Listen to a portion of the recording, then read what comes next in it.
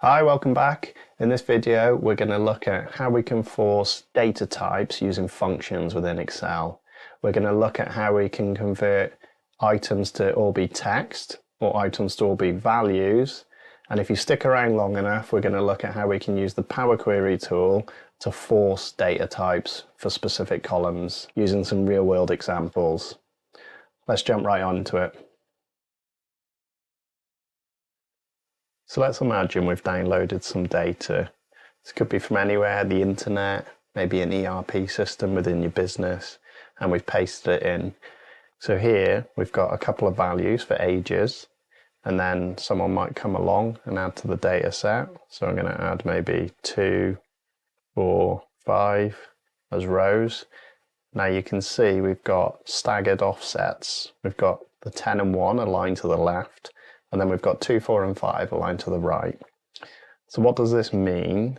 This means that some of these are stored as text and some of them are stored as values.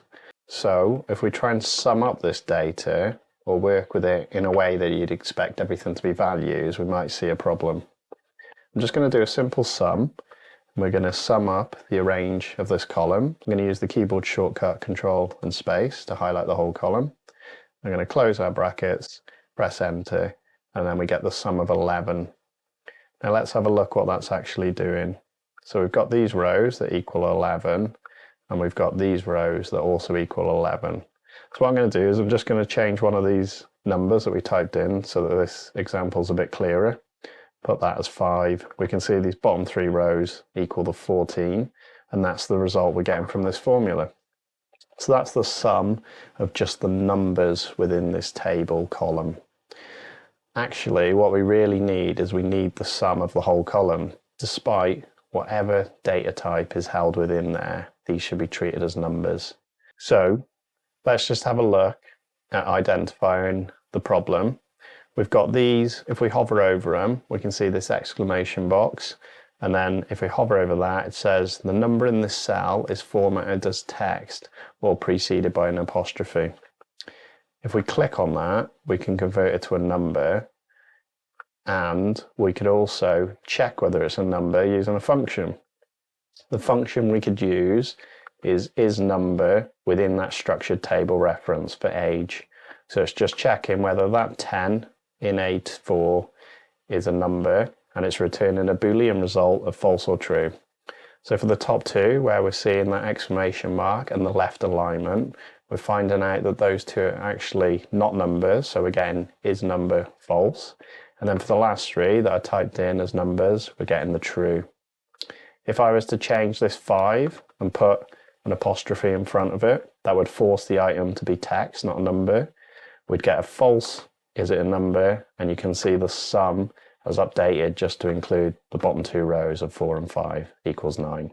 So let's have a think. How can we structure our workbook so that regardless of whether numbers are entered as text or numbers, we correctly deal with them in our logic? So one possible route is using the value function. If we start typing value, we can see the value function converts a text string that represents a number to a number. So we're going to press Tab to commit the value function. We simply point it to the cell which contains our text or numbers, close our brackets, press Enter.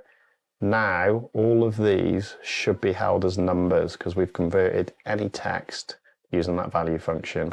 So let's have a look. We'll do total and we'll do equals sum, and then instead this time we're going to press Control and Space on this column, press Enter, and we get the correct 25. So it's the 9 here plus the 16 held above that equals 25. The next method we're going to look at is tricking Excel into thinking text is a number by doing multiplied by 1. We just do equals, point to the age, times by 1, commit that, we get all our results. I'm just going to move these totals to the bottom of each column so that they make more sense. And then we're going to do equals the sum of this column again. Remember our Control and Space. Press Enter, we get the correct 25 again. So all of those items have been treated as a number. Another way we can approach this is using the double minus signs. if we do equals, then minus, minus, point to our age again, press enter. We're just going to drag over this sum to point at that new column, and then you can see 25. So we've got three possible methods there of forcing any values that could be held as text or numbers using formulas into specifically values so that we ensure we're working only with values. Just to demonstrate how we do that without those helper columns, we could do equals, then we type sum of the value of these cells, close our brackets. That gives us the 25 using the value method. If we do the sum of those cells times 1, that gives us using the times 1 method. And then again, equals sum, double dash, that array, close our brackets, gives us that method. So 3 simple methods, not adding much into your formula, and you've perfectly forced values from text. So now that we know how to force text into values, how's about if we convert values into text? So we've got some data here. You can see this number 1, because it's right aligned, like we've just learned, is a number. These two are left aligned, so they're text. We can confirm that by hovering over and we see that error message again. And then we've got a couple of right aligned. Just to demonstrate the function on how you test this. So previously we looked at the isNumber function. Exactly the same principle with text. You can use the isText function, pass in a cell, and then it confirms false for the right aligned. These are the numbers, and true for the left aligned, which are text. There's a simple way of forcing all these entries into text format, and that's using the text function. So if we start typing text, you can see this function converts a value to text in a specified number format. That number formatting you might be used to, as it's the same syntax as what you use in the number formatting dialog for custom formats. So we're going to type text, press enter. We're going to point to our cell where we've got our value or our text. And then the format we're going to use to force this into a text string is simply double quotes, 0, double quotes, close our parenthesis on our text function, and then press enter. We now have all these items stored as text. As you've guessed from our first example, if we try and sum this range, we get 0 because none of those items are being recognized as values, they're text. Now you're probably thinking, why would you do this? So we might have a case where we want to display things in a certain format. So say these are employee IDs that should always be 5 digits long. However, if some of those first 5 digits are zeros, Excel automatically trims off those zeros and just stores it as a value. So we could demonstrate that by 0, 0, 0, 0, 1. As soon as we press enter on this, it becomes 1 because it's stored as a number. So we don't want that behavior to happen on this particular example where we want employee IDs that are 5 digits long. Now the way we can do this, forcing it to be the 5 digits, is again using the text function, but we're just going to use a different formatting for the text. So we're going to type text again, press tab, we're going to point again to our input values, and this time for the formatting, we're going to put 0, 0, 0, 0, 0. So 5 zeros, because that's the length of expected output that we want. Close our double quotes, close our parenthesis, press enter.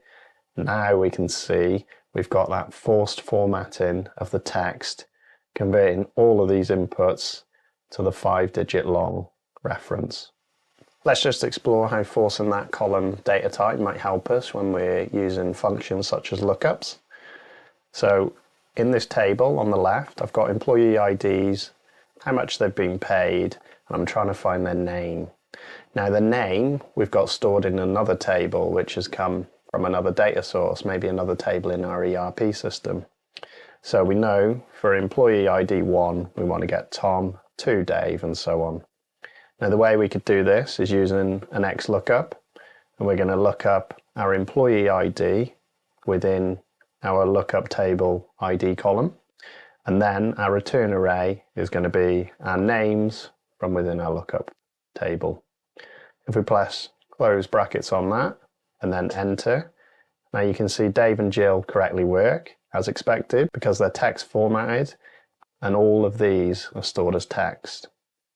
Now if we put into practice what we've just learned using that text function, what we're going to do is we're going to nest within the XLOOKUP lookup value. We're going to put text around our employee ID, and then the format we're going to force is 00000, 5 zeros, close our double quotes, close our brackets on our text function so that we're back into the XLOOKUP. Now we're going to press enter, and perfect. We've got results against all of those despite the actual source data being held as a mixture of values and text, because we've forced it through our text function and the formatting of 5 zeros. Now, even though we've learned how within Excel to force items to be either values or text to allow our functions to work properly, how's about we actually utilize Power Query, which allows us to decide what column types are per column. Let's have a look at how we can quickly do that. So to use Power Query, I'm just going to pass these two tables into it, and we're going to define the data types. So I'm just going to go up to the data ribbon. I'm going to go from table and range. We can see that table is now within Power Query, and it's actually converted using a change type step here. It's converted the employee IDs into numbers, and we can see that by this little symbol here for the 1, 2, 3, and that represents whole numbers.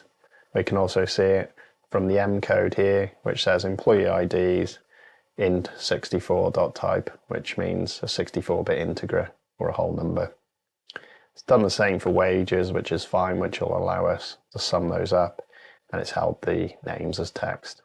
So we're just going to add the other table in. We could do that using that same method, but since I'm in the Power Query editor, I'm just going to go to New Query. I'm going to go to Other Sources, Blank Query, and I'm going to start typing equals Excel.current workbook. And if we put in an opening and closing bracket and press enter, this will show us all the tables within the workbook. I know that the T names table is what I've called our second table that we're looking to import. If we click on it, we can see this has got the IDs and the names, and then we can see the change type step has changed the employee IDs to numbers within here, which is perfect. We've got numbers now in our one table for IDs, numbers in our other table for IDs, and we could simply go close and load to, and we're going to output these as a table. Okay, I've just moved those two query outputs onto the same worksheet so we can see them compared to our original data. Now you can see we've got the clean output of the employee IDs as numbers in both the tables, and if we were to replicate that XLOOKUP that we did earlier, we could simply do the lookup value within the lookup array of IDs and return the names. And this time we've done it using just the IDs provided within the table instead of forcing them to text values with the 5 digits. So Power Query is a great tool for ensuring your data types of your source data are actually in the correct format. Just to show you one step further, if you're new to Power Query, you can actually merge tables within there. So we'll just quickly demonstrate that. We're going to go back into the Power Query editor using the keyboard shortcut Alt and F12. If we go to New Query, Other Sources, Blank Query, we're going to say our source step is equal to T_data3. And then we're going to say we want to merge that query with our query 1, which held our names. We're going to click on the employee IDs within query 2, and within query 1, it's the employee ID column. We're going to do a left outer join, which just says match all the first from our first table with the same rows from our second table. See, we've got a good match, 5 out of 5 rows, because we've got all the 1 to 5 IDs in the same data type. We'll click OK, and then we've got a nested table here. We can simply click on here to expand it, and we can expand out the name, and then we've got the names compared to our lookup, our manual Excel lookup, and we've got exactly the same results using a table merge within Power Query. And that's it. forcing data types using functions or Power Query so that we can ensure we're always working with text or values and we don't get errors within our formulas. Let me know in the comments if you use any other approaches or what your favourite method for forcing data types is. Remember to hit the subscribe button so you can get notifications for the weekly videos. Hit the like button to let me know it's been useful. Thanks for watching. I'll see you again next week.